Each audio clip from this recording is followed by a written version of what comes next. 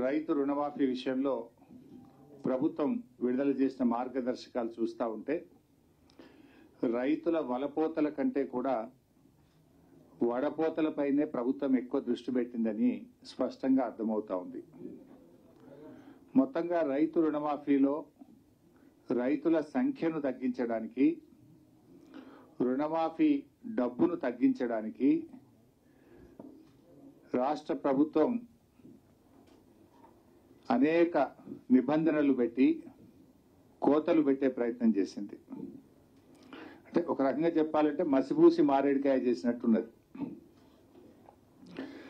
రైతును రైతుగా చూడాలి కానీ రేషన్ కార్డు నిబంధన పేరిట, కుటుంబ నిబంధన పేరిట రైతుల సంఖ్యను తగ్గించడానికి రాష్ట్ర ప్రభుత్వం ప్రయత్నం చేసింది. రైతు రుణమాఫీకి ఇన్ని రంధ్రాన్వేషణలు ఎందుకు? ఆ రోజేమో ముఖ్యమంత్రి గారు వెంటనే పోయి రుణాలు తెచ్చుకోండి అని ఆ రోజు రైతులను ఆకర్షించడానికి, ఓట్లు దండుకోవడానికి ముఖ్యమంత్రి గారు ప్రయత్నం చేశారు. కానీ ఈరోజు ఏమంటుండు, రేషన్ కార్డు ఒక కుటుంబానికి రేషన్ కార్డును ఆధారంగా తీసుకుంటాం, ఒక కుటుంబంలో ఒక రైతుకు మాత్రమే రుణమాఫీ చేస్తామంటున్నారు. మరి ఎన్నికల ముందు కూడా రేషన్ కార్డు ఉన్నవాళ్లు మాత్రమే ఉరకండి, వాళ్లకు మాత్రమే రుణమాఫీ చేస్తామని చెప్తే బాగుండేది కదా.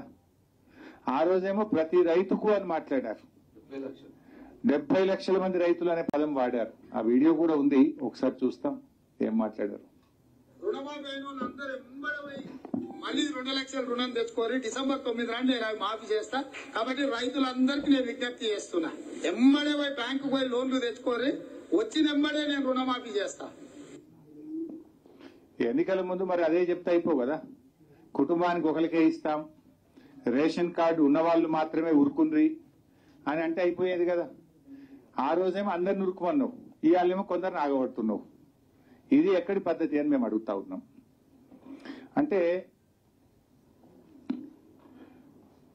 బ్యాంకులు రుణం ఇచ్చేటప్పుడు రేషన్ కార్డు చూడలే కదా. బ్యాంకుల్లో రుణం ఇచ్చేటప్పుడు పాస్బుక్లను చూసి రుణం ఇచ్చారు. బ్యాంకులు నీకు రేషన్ కార్డు ఉన్నాయా, నీ కుటుంబంలో ఎంతమంది ఉన్నారు అని ఏ షరతులు బ్యాంకులు అడగలేదు. కానీ ఆ రోజు బ్యాంకులకు లేని షరతులకు ప్రభుత్వానికి ఎందుకు అని నేను అడుగుతా ఉన్నా. అతను రైతా కాదా చూడండి, అతనికి భూమి ఉందా లేదా చూడండి. అంతేగాని ఇవాళ కుటుంబము రేషన్ కార్డు పెట్టి ఇవాళ ఈ గైడ్ లైన్స్ పెట్టి కోతలు పెట్టే ప్రయత్నం చేస్తా ఉన్నారు. రుణమాఫీ గైడ్ లైన్స్ అంటే ఏమో అనుకున్నాం, గోల్డ్ లోన్స్ కంటే దారుణంగా ఉన్నాయి. ప్రైవేటు గోల్డ్ లోన్స్ ఇచ్చే వాళ్ళకంటే చాలా దారుణమైనటువంటి ఇవాళ గైడ్ లైన్స్ తీసుకొచ్చారు. రైతు అంటే రైతు అంతే తప్ప ఈ అయితేంది గీతేంది ఈ షరతులు అవసరం లేదు. రైతా కాదా చూడండి. అంటే అలా ఎట్లా కనబడుతుందంటే చేతల పాలన పోయి షరతుల పాలన వచ్చినట్టుగా కనబడతా ఉంది. ఇప్పటికే ఈ ప్రభుత్వం వచ్చిన తర్వాత యాసంగిలో సరిగా పంటలు పండలే, కరువు పరిస్థితులు ఏర్పడ్డాయి, కొన్ని చోట్ల వరదల వల్ల రైతులు నష్టపోయారు. ఇప్పుడు మీరు మళ్లీ షరతులు పెట్టి రుణమాఫీ విషయంలో కూడా రైతులకు మోసం చేసే ప్రయత్నం చేస్తా ఉన్నారు. ఇవాళ మీరు చూస్తే ఒక రకంగా ఇండ్లలో కొట్లాట పెట్టినట్టు, రేషన్ కార్డు మీద ఏరుబడ్డ కొడుకు ఉంటాడు. ఇప్పుడు కొడుకు సంసారం ఏరుబడ్డది కానీ రేషన్ కార్డులు ఏరువల్లే. ఈ ప్రభుత్వం పద్ధతి ఎట్లుందంటే నువ్వు ఇంట్లో ఏరుబడచ్చు, నీ పాస్బుక్ అలాగే ఉండొచ్చు, కానీ రేషన్ కార్డులు ఒకటే ఉన్నావు కదా, నీకు ఒకరికే మాఫీ చేస్తా అంటున్నది ఈ ప్రభుత్వం. రేషన్ కార్డులు విడిపోనంత మాత్రాన రుణమాఫీకి వాళ్ళు అర్హులు కాకుండా పోతారా? వాళ్ళు ఎప్పుడో తీసుకున్న రేషన్ కార్డు ఉంది, దాంట్లో తండ్రి కొడుకులు ఉన్నారు, కొడుకుల పెళ్లిళ్ళు అయినాయి. మరి కొడుకులు ఇవాళ ఆస్తి పంచిండు తండ్రి, కొడుకు పాస్బుక్ వేరే ఉంది, తండ్రి పాస్బుక్ వేరే ఉంది. మరి రేషన్ కార్డులు ఒకటి ఉన్నావు గనక తండ్రికి మాఫీ చేస్తా, కొడుకు ఎగబెడతా అంటే ఇవాళ ఇంట్లో కుటుంబంలో చిచ్చు పెట్టినట్టు కదా, ఇంట్లో పంచాయతీ పెట్టినట్టు కదా. నీకు అతని పాస్బుక్ సపరేట్ ఉందా లేదా, అతను మేజరా కాదా, అతను వ్యవసాయం చేస్తాడా లేదా, అతనికి భూమి ఉన్నదా లేదా, అది చూడాలి. గాని మీరు ఇలా ఆధార్ లింకులు పెట్టి ఒక రేషన్ కార్డులో ఒక కుటుంబంలో ఒకరికి మాత్రమే మాఫీ చేస్తా అనడం అనేటువంటిది ఇది రైతులను మోసం చేయడం, రైతులను దగా చేయడం, నిజమైన రైతులకు రుణమాఫీ వర్తించజేయకుండా రాష్ట్ర ప్రభుత్వం ఇలా దారుణంగా రైతుల్ని మోసం చేస్తా ఉంది.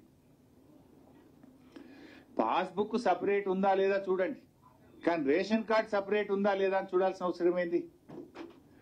ఇవాళ ఇంకోటి అందులో వాళ్ళు ఇచ్చిన గైడ్ లైన్స్ లో 4.7 లో ఏమంటారంటే ఆధార్ కార్డు, రేషన్ కార్డు, అదే విధంగా మన పాస్బుక్ మూడిట్లలో డేటాను ఒకటిగా ఉందా లేదా చూసిన తర్వాతనే ఇస్తారట. అంటే వాళ్ళు ఎక్కడ మ్యాచ్ కాకపోయినా ఆయనకు రాదన్నట్టే కదా.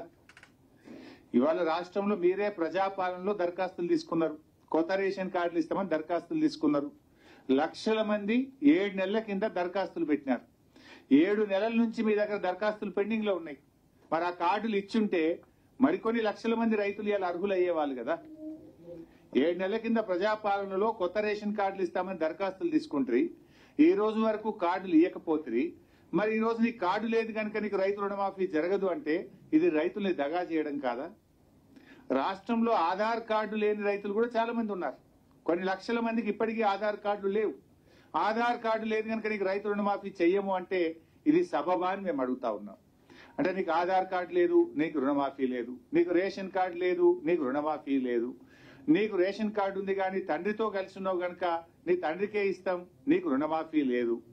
ఇది వడపోతల మీద మీరు ఎక్కువ దృష్టి పెట్టినారు, కోతల మీద మీరు ఎక్కువ దృష్టి పెట్టేటువంటి ప్రయత్నం చేస్తున్నారు.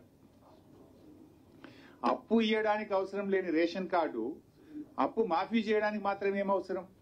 దీన్ని రాష్ట్ర ప్రభుత్వం ఆలోచించి ఇలాంటి షరతులు తక్షణమే ఉపసంహరించుకోవాలి. అతను రైతా కాదా చూడండి. నిజమైన రైతు రుణమాఫీ జరగాలంటే పాస్బుక్ ఆధారంగా రుణమాఫీ చేయండి. ఏ రైతు బ్యాంకులో అప్పు తెచ్చుకున్నా ఈ కుటుంబం అనే షరతులు తొలగించి, రేషన్ కార్డు అనే షరతులు తొలగించి, పాస్బుక్ ఆధారంగా బ్యాంకులో రుణం తెచ్చుకున్న అందరూ రైతులకు రుణమాఫీ చేసినప్పుడే రైతులకు న్యాయం జరుగుతుంది.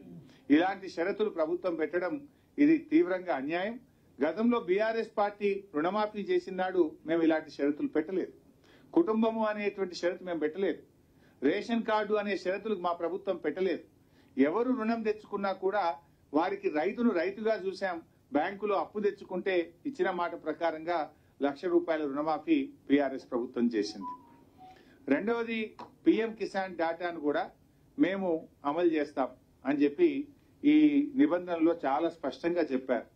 4.13లో ఏమంటారంటే కేంద్ర ప్రభుత్వం అమలు చేసే పీఎం కిసాన్ మినహాయింపులను రాష్ట్ర ప్రభుత్వం వద్ద డేటా లభ్యంగా ఉన్నంత మేరకు మరియు ఆచరణాత్మకంగా అమలు చేయడం వీలైనంత వరకు పరిగణలోకి తీసుకోబడుతుంది. ఇప్పటికే పేపర్ల లీక్లు వచ్చినాయి. మేము కేంద్ర ప్రభుత్వం నుంచి ఇన్కమ్ ట్యాక్స్ కట్టోళ్ళు తెప్పించినాం, మేము ఉద్యోగుల డేటా తెప్పించినాం, పీఎం కిసాన్ నిబంధనలు అన్ని కూడా తెప్పించుకున్నాం. అంటే మీరు ఏం చెప్పదలుచుకున్నారు? పీఎం కిసాన్ నిబంధనలను వర్తింపజేసి రాష్ట్రంలో సగానికి సగం రైతులకు రుణమాఫీ లేకుండా ఎగ్గొట్టే ప్రయత్నం. మీకు ఇంకా బాగా అర్థం కావడానికి ఒక చిన్న ఉదాహరణ చెప్తాను. రైతు బంధు కింద మన రాష్ట్రంలో రైతు బంధు పొందిన రైతులు ఎందరు అంటే 68,99,079 మంది రైతులకు రైతు బంధు వచ్చింది. పీఎం కిసాన్ ఎంతమందికి వచ్చింది? 30,36,000 మందికి పీఎం కిసాన్ వచ్చింది. అంటే సగం మంది కూడా రాలేదు. అంటే దాదాపు 69 లక్షల మంది రైతు బంధు వస్తే 30 లక్షల మందికి మాత్రమే పీఎం కిసాన్ వచ్చింది. అంటే 39 లక్షల మంది రైతులు ఎగిరిపోయినట్టే కదా. పీఎం కిసాన్ నిబంధనలు అమలు చేయడం అంటే 39 లక్షల మంది రైతులకు రుణమాఫీకి దూరం చేయడమే. రైతు బంధు అందుకున్నది 69 లక్షలు అయితే పీఎం కిసాన్ అందుకున్నది 30 లక్షలు. పీఎం కిసాన్ నిబంధనలు అమలు చేస్తాము అంటే 39 లక్షల మంది రైతులు రుణమాఫీకి అర్హత కోల్పోతా ఉన్నారు. అదేవిధంగా మీరు డబ్బులో చూడండి. రైతు బంధు కింద ఒక సంవత్సరానికి మనం ఇచ్చే డబ్బు 15,248 కోట్లు. పీఎం కిసాన్ కింద ఇచ్చేటువంటి డబ్బు ఒక సంవత్సరానికి 1,821 కోట్లు.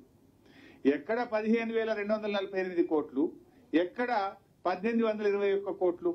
అంటే దీన్ని బట్టి మెజారిటీ రైతులను ఇవాళ రుణమాఫీకి ప్రభుత్వం దూరం చేయడానికి ఈ నిబంధనలు పెట్టి అన్యాయం చేస్తా ఉంది. ఇవాళ ఎట్లుందంటే పీఎం కిసాన్ నీకు వస్తలేదా అయితే నీకు రుణమాఫీ కాదు, అంతే కదా. పీఎం కిసాన్ నీకు వస్తలేదంటే నీకు రుణమాఫీ కాదన్నట్టు ఈ నిబంధనలు అంత స్పష్టంగా చెప్పిండు. అంటే అటు పీఎం ఇయ్యడు, ఇటు సీఎం కూడా ఇయ్యడు అన్నట్టు. అటు పీఎం ఇయ్యడు, ఇటు సీఎం ఇయ్యడు. అంటే బడే భాయ్ బాటలో చోటేబాయి నడుస్తుండ్రు, అంతే కదా. బడేబాయి బాటలో ఈ చోటేబాయి నడుస్తున్నట్టు కనబడుతున్నది ఇప్పుడు. అటు పిఎం ఇయ్యాడు, ఇటు సీఎం ఇయ్యాడు. పిఎం కిసాన్ నిబంధనలు అమలు చేయడం అంటే 60% మంది రైతులను రుణమాఫీకి దూరం చేయడమే. అంటే ఇలా పిఎం కిసాన్ లో ఏముంటది, ఇన్కమ్ ట్యాక్స్ కట్టే వాళ్ళకి ఇవాళ రేపు రైతులు ఏమైపోయింది, తమ పిల్లలు విదేశాల్లో చదువుకోవాలన్నా, తాము ఇల్లు కట్టుకోవాలనుకున్నా, తాము ఏదైనా వాహనం కొనుక్కోవాలంటే కూడా ఐటీ రిటర్న్స్ ఉంటేనే లోన్లు వస్తా ఉన్నాయి బ్యాంకుల్లో. అంటే ఇవాళ పిల్లల చదువుల కోసమో, ఇల్లు కట్టుకోవడం కోసమో, ఓ ట్రాక్టర్ కొనడం కోసమో, వాహనం కొనడం కోసమో రైతు ఇన్కమ్ ట్యాక్స్ ఫైల్ చేస్తే అతను రుణమాఫీకి అనర్హుడు. ఇవాళ కార్మికులు ఉంటారు, ఆర్టీసీ కార్మికులు, సింగరేణి కార్మికులు, ఎంతో మంది 4th క్లాస్ ఎంప్లాయీస్, చిరు ఉద్యోగులు, రిటైర్డ్ పెన్షనర్లు, వాళ్ళందరినీ కూడా రుణమాఫీకి దూరం చేసింది కదా. ఉపాధ్యాయులు, ఉద్యోగులు, రిటైర్డ్ ఉద్యోగులు, పెన్షనర్లు, ఆర్టీసీ కార్మికులు, సింగరేణి కార్మికులు, 4th క్లాస్ ఎంప్లాయీస్, ఈ చిన్న వాళ్ళందరినీ కూడా ఇవాళ మీరు రుణమాఫీకి దూరం చేసే ప్రయత్నం చేస్తా ఉన్నారు.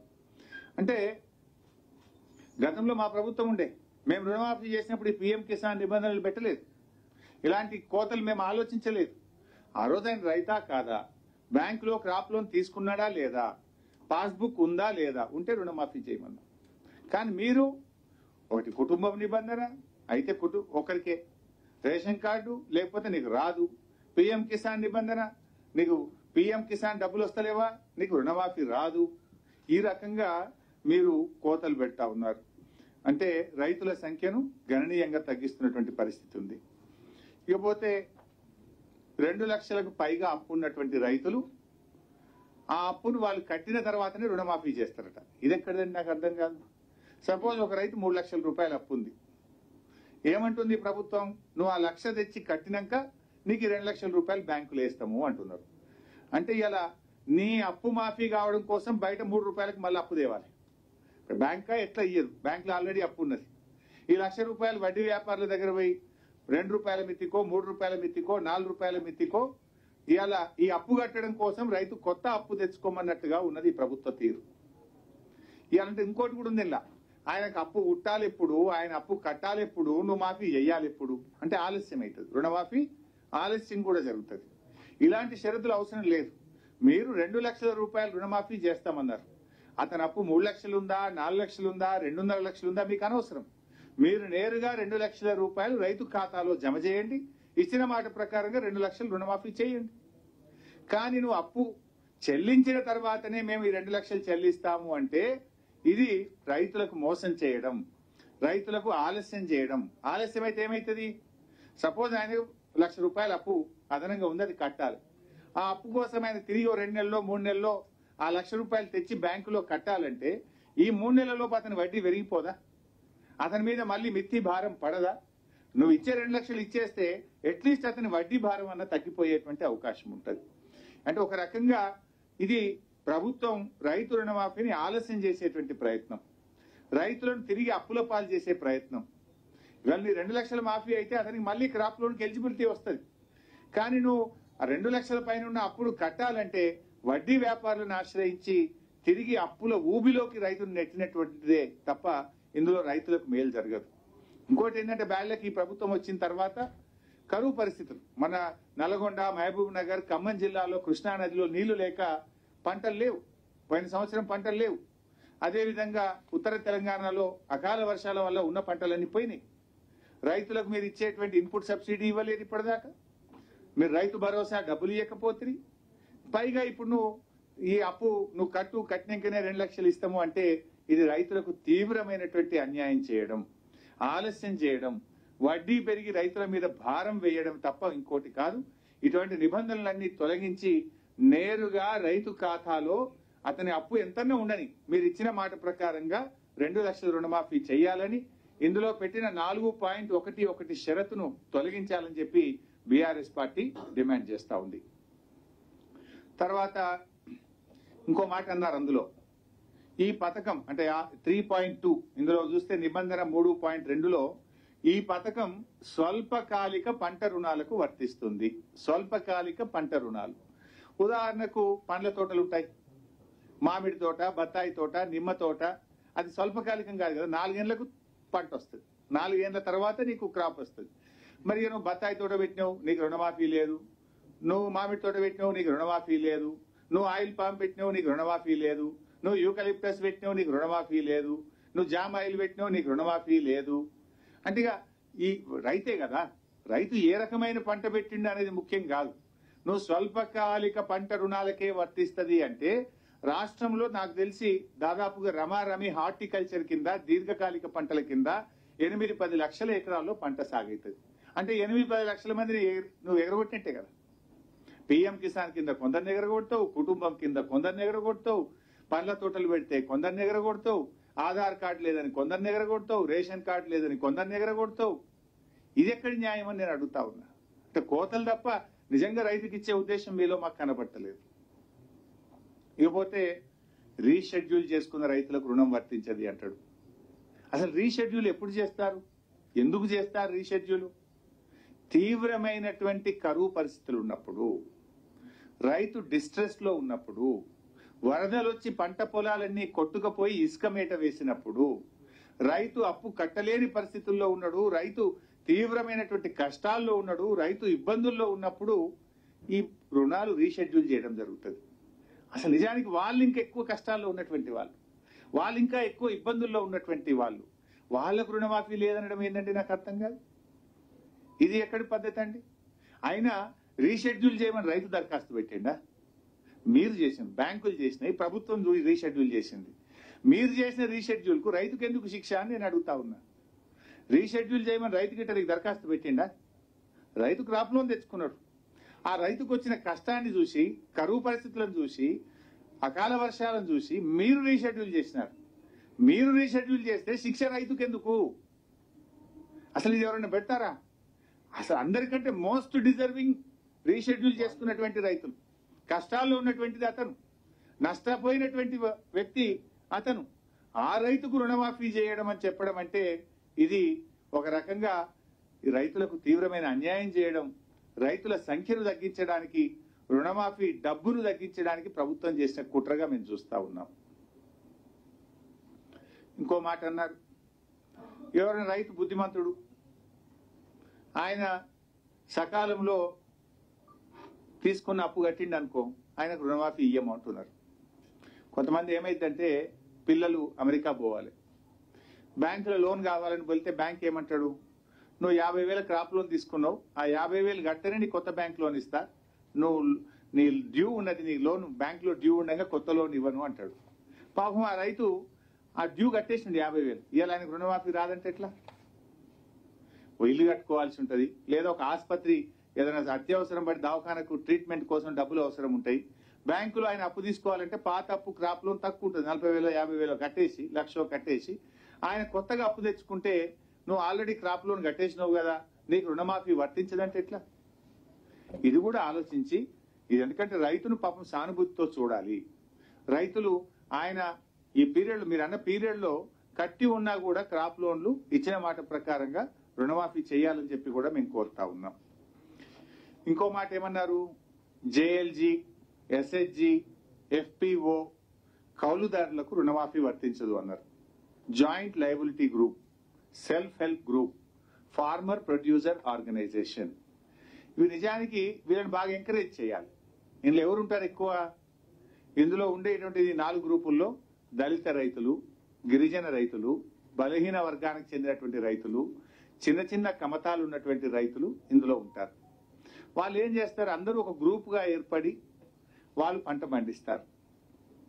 అసైన్ ల్యాండ్స్ ఉంటాయి ఇందులో. దళిత గిరిజన రైతులు, చిన్న కమతాలు ఉన్న రైతులు ఒక సంఘంగా ఏర్పడి, ఒక గ్రూప్ గా ఏర్పడి వాళ్ళు సాగు చేస్తారు. నిజానికి ప్రభుత్వాలే ఎంకరేజ్ చేసినాయి. రాష్ట్ర కేంద్ర ప్రభుత్వాలే మీరు ఎఫ్పిఓలు ఏర్పాటు చేసుకోండి, మీరు జేఎల్జీలు ఏర్పాటు చేసుకోండి అని వ్యవసాయ శాఖ అధికారులు, రాష్ట్ర కేంద్ర ప్రభుత్వాలే వాళ్ళని గ్రూపులుగా ఏర్పడమని, మీరు ఉమ్మడి వ్యవసాయం చేయండి అని ప్రభుత్వాలే ప్రోత్సహించినాయి. మీరే ప్రోత్సహిస్తారు. మీ మాట విని గౌరవించి వాళ్ళు జేఎల్జీగా, ఎఫ్పిఓగా సాగు చేసినందుకు మీకు రుణమాఫీ వర్తించదంటే ఇది మీ మాట విన్నందుకు శిక్షణ? మీ మాట విన్నందుకు మీరు రైతులకు వేసే శిక్ష అని అడుగుతా ఉన్నాను నేను.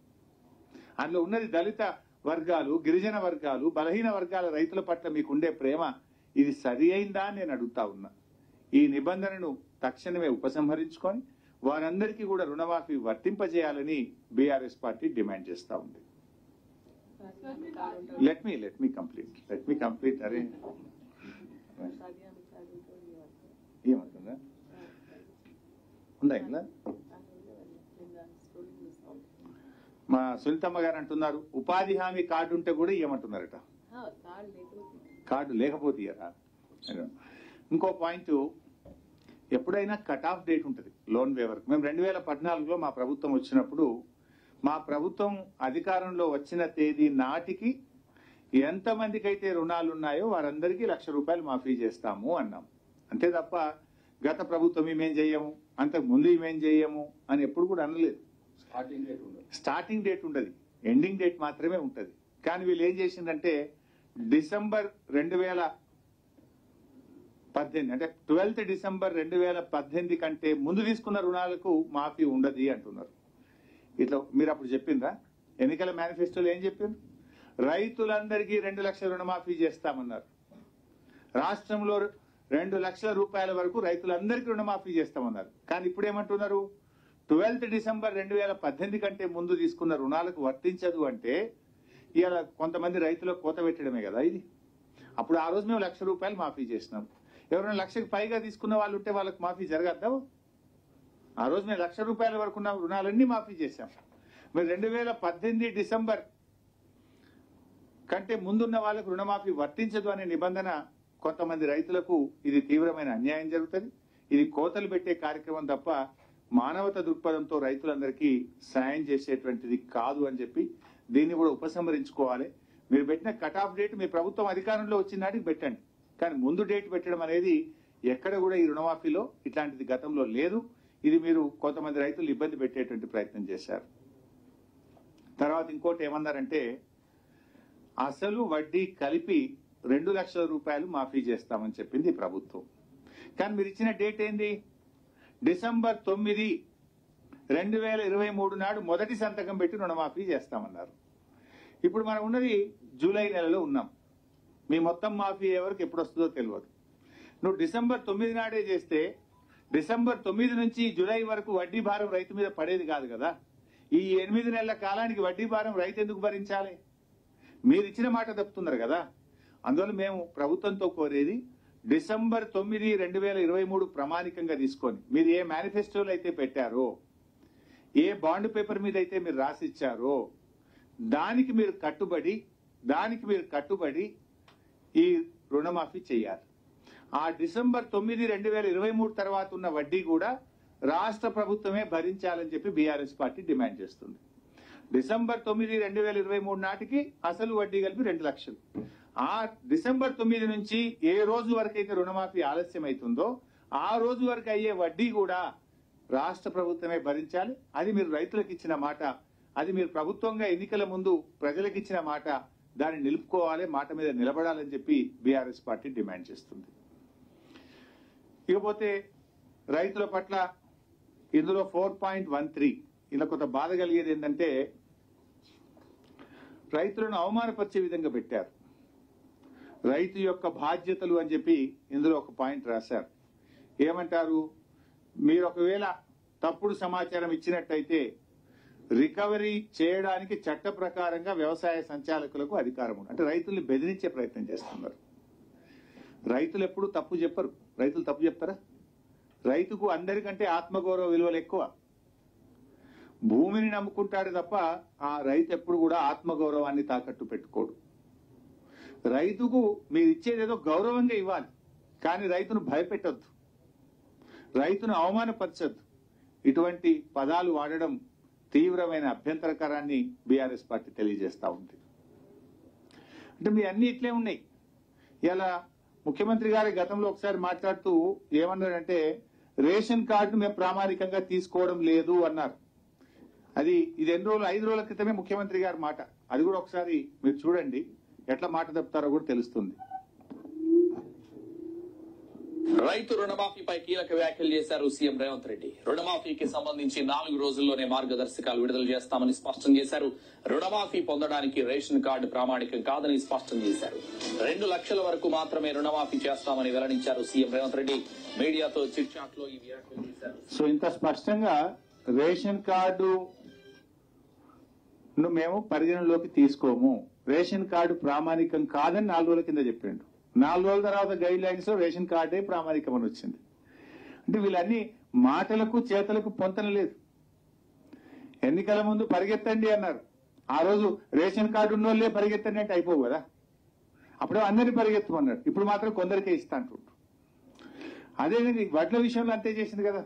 ఎన్నికల ముందు ఏం చెప్పారు, వడ్లకు బోనస్ ఇస్తాము అన్నారు.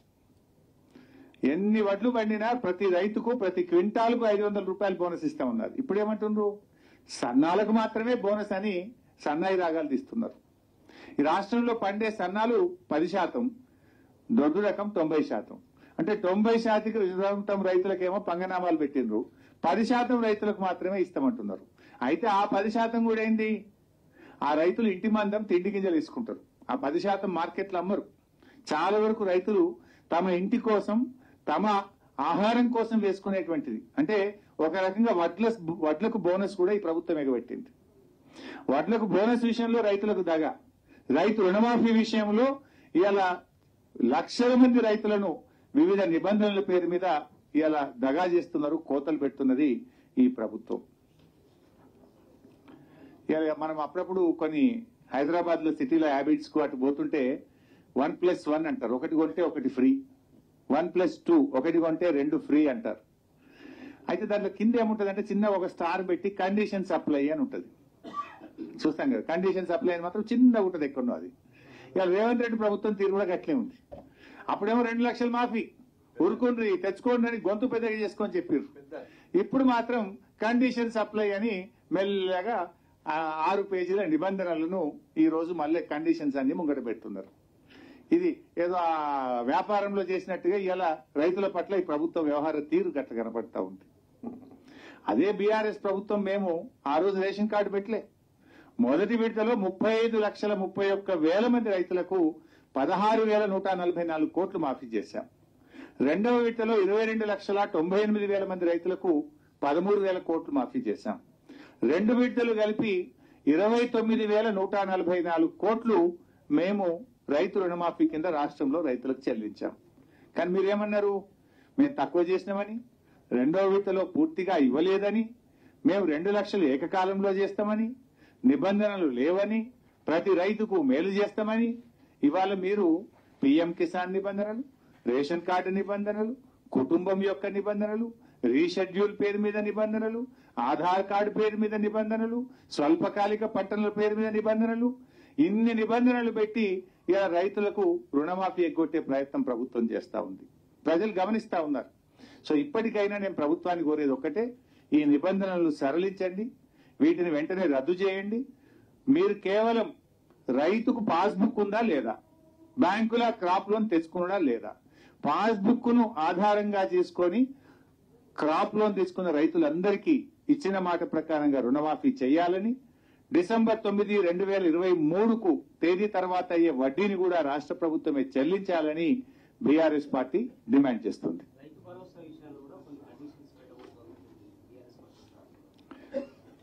ఆ కండిషన్స్ వచ్చిన తర్వాత తప్పకుండా దాని మీద కూడా మాట్లాడతాం. వాళ్ళు ఇప్పుడు రైతు భరోసా ఏం చేస్తారు ఏంది, ఇంకా ఇప్పటికేదో మీటింగ్లు పెడుతున్నామని చెప్పారు. వాటి వచ్చిన తర్వాత అసెంబ్లీలో కూడా దాని మీద చర్చ పెడతామన్నారు. తప్పకుండా బీఆర్ఎస్ పార్టీ మా అభిప్రాయాలను మమ్మల్ని అడిగినప్పుడు తెలియజేస్తాం. 100% అమ్మా. నేను చెప్పింది ఏంటి, ఆ రోజు మీరు దయచేసి మీ జర్నలిస్టులు కూడా గమనించాలి.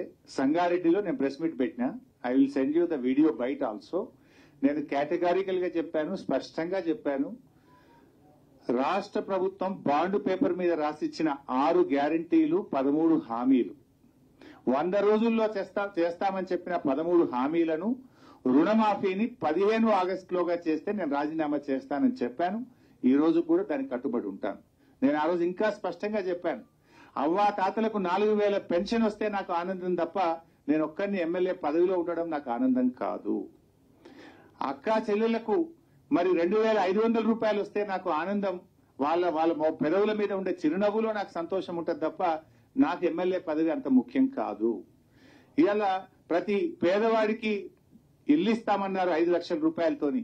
పేదలందరికీ ఇల్లు వస్తే నేను ఆనందపడతా తప్ప నేనేదో కొత్తగా ఎమ్మెల్యే పదవి చేస్తలేను, నాకే మంత్రి పదవి ఎమ్మెల్యే పదవి నేను కొత్తగా జీవితంలో అనుభవిస్తలేను. నా పదవి కంటే తెలంగాణ ప్రజల అక్కా చెల్లెళ్ళ అవ్వాతాతల కళ్ళల్లో వాళ్ళ పెదవుల మీద సంతోషమే నాకు ఆనందం. వాళ్ళందరికీ నువ్వు ఇస్తే, కనీసం నా ఛాలెంజ్ తీసుకొని అయినా ఇస్తే నేను రాజీనామా చేస్తా, మళ్ళీ నిలబడాలని కూడా చెప్పిన. ఇప్పుడు కూడా చెప్తున్నా మీ ద్వారా, రుణమాఫీ 15 ఆగస్టులోగా పూర్తి చేయడంతో పాటు 100 రోజుల్లో అమలు చేస్తామన్న బాండ్ పేపర్ మీద రాసిచ్చిన 13 హామీలు అమలు చేయండి. I'm ready for my resignation. అన్న వాళ్ళు చెప్పిండ్రే, నువ్వు చెప్పరా? అదే 4,000 పింఛన్ వచ్చినా? అదే 4,000 పింఛన్ కాదు రగన్న. మే నెల 2,000 పెన్షన్ ఇచ్చే 2,000 మే రాలే, జూన్ 2,000 రాలే. 2 నెలల నుంచి అవ్వాతాతలకు పింఛన్ రాక పరిశాన్ అవుతున్నారు. ఇచ్చే ఏమన్నా చూడండి, ఉన్న కొండనాలుగకు మంది వేస్తే ఉన్న నాలుక పోయిందట. 4,000 వస్తుందని పాపం అవ్వాతాతలు ఆనందపడ్డరు, ఎదురు చూసిండ్రు. కానీ దురదృష్టం ఏంటంటే ఇప్పటికీ మే నెల జూన్ నెల 2,000 పెన్షన్ అవ్వాతాతలకు ఇవ్వలేరు. ఇచ్చే 2,000 కూడా చక్కగా ఇస్తలేరు వీళ్ళు. అడుగుతున్న రగన్న, 5 అమలు చేసింది అన్నారు కదా. నేను దయచేసి జర్నలిస్ట్ మిత్రులకు, జర్నలిస్టుల ద్వారా ప్రజలకు కూడా చెప్పదలుచుకున్నా. వాళ్ళు ఇచ్చిన మొదటి హామీ ఏందే? మొదటి హామీ 7,500 రూపాయలు రైతు భరోసా ఇస్తామన్నారు. వచ్చింది ఎవరికన్నా? రాలే. రెండవ హామీ ఏమన్నారే? అవ్వాతాతలకు 4,000 పింఛన్. వచ్చినాదే? రాలే. మూడవ హామీ ఏంటిదే? మహిళలందరికీ 2,500 రూపాయలు ఇస్తామన్నారు. వచ్చినాదే? రాలే. నాలుగో హామీ ఏందే? పేదలందరికీ డబుల్ బెడ్రూమ్ ఇల్లు. వచ్చినాదే? రాలే. ఐదోది ఏమన్నారే? విద్యార్థులకు విద్యార్థి భరోసా కార్డు ఇస్తాము, 5 లక్షలు ఇస్తామన్నారు. వచ్చినాదే? రాలే. ఏమొచ్చినాయి? 5 హామీలు, 5 అమలే కాలే. అంటే అధికారంలో ఉన్నామని, పదవిలో ఉన్నామని గొంతు పెద్దగా చేసుకొని మాట్లాడినంత మాత్రాన వచ్చిందా రాలేదా ప్రజలకు తెలియదా? ఈ రాష్ట్రంలో అక్కచెల్లెలకు 2,500 వచ్చిందా లేదా అక్కచెల్లెలకు తెలియదా? అవ్వాతాతలకు 4,000 వచ్చినాయా లేదా తెలియదా? ఇలా నువ్వు ఇచ్చిన గ్యాస్ కరెంటు కూడా సగం సగమే కాదే. ఈ రాష్ట్రంలో 90 లక్షల మంది తెల్ల రేషన్ కార్డుదారులు ఉన్నారు. నువ్వు ఎంతమందికి ఉచిత గ్యాస్ ఇచ్చినవే? నువ్వు గ్యాస్ ఎందరికైతే సగం మందికి కూడా రాలేదు. ఇవాళకి అంటే ఇలా మీరు ప్రజలను తప్పుదో పట్టే ప్రయత్నం చేస్తున్నారు. నేను ఇంకా చాలా అంశాలు మాట్లాడాలనుకున్నా కానీ ఇది కొన్ని లక్షల మంది రైతులకు సంబంధించింది కనుక నేను ఇతర అంశాల్లోకి పోవడం లేదు. దయచేసి జర్నలిస్టులను కూడా నేను కోరేది, ఎంతో ఆశతో ఈ ప్రభుత్వానికి రైతులు ఓట్లేసినారు. ఇవాళ వాళ్ళ ఆశలను వమ్ము చేస్తున్నది ఈ ప్రభుత్వం. ఇప్పటికే మీరు చూస్తున్నారు, రోజు పొద్దున్నే పేపర్ చూడాలంటే బాధ అవుతుంది. రైతు ఆత్మహత్య లేని రోజు లేదు. మీరు ఏ పేపర్ అని చదవండి, ఏదో ఒక చోట, ఏదో ఒక పేజీలో ఇవాళ 2 రైతుల ఆత్మహత్య, ఇవాళ 1 రైతు ఆత్మహత్య, ఇవాళ 3 రైతుల ఆత్మహత్య. ప్రతిరోజు రైతు ఆత్మహత్యలు పత్రికల్లో కనపడతా ఉన్నాయి. దాదాపు 400 పైచిలకు రైతులు ఆత్మహత్య చేసుకున్నారు. గతంలో ఇదే విషయం మాట్లాడితే రేవంత్ రెడ్డి గారు ఆ వివరాలు పంపండి, నేను ఏదో 24 గంటల్లో వాళ్ళందరికీ నేను డబ్బులు ఇస్తా అన్నాడు. పంపించిన 24 గంటలు కాదు, గంట సేపట్లో పంపించినాం. ఇప్పటి వరకు స్టడీస్ అప్పులు లేదు. అయినా ఆగలేదు. ప్రభుత్వం రైతులకు భరోసాని ఇవ్వాలి, ధైర్యాన్ని ఇవ్వాలి, రైతు ఆత్మహత్యలను ఆపే ప్రయత్నం చేయాలి. ఇటువంటి సమయంలో ఒకవైపు రైతులు ఆత్మహత్య చేసుకుంటున్నారు, కరువు కాటకాలు ఉన్నాయి, వర్షాలు సరిగా పట్టలేవు, రైతులు ఇబ్బందుల్లో ఉన్నారు. ఇప్పుడు ప్రభుత్వం ఉదారంగా ముందుకొచ్చి షరతులు లేకుండా అందరికీ రుణమాఫీ చేసి రైతులకు కొండంత అండగా ఉండాలని చెప్పి ప్రభుత్వాన్ని మేము కోరుతా ఉన్నాం. ఒకవేళ ప్రభుత్వం ఈ షరతులను విరమించుకోకపోతే, ప్రభుత్వం రైతులందరికీ రుణమాఫీ చేయకపోతే రైతుల పక్షాన బీఆర్ఎస్ పార్టీ పెద్ద ఎత్తున పోరాటానికి దిగుతుంది. రేపు శాసనసభలో కూడా ప్రభుత్వాన్ని గట్టిగా నిలదీస్తాం, ప్రజా పోరాటాలకు కూడా శ్రీకారం చుడతాం. Thank you.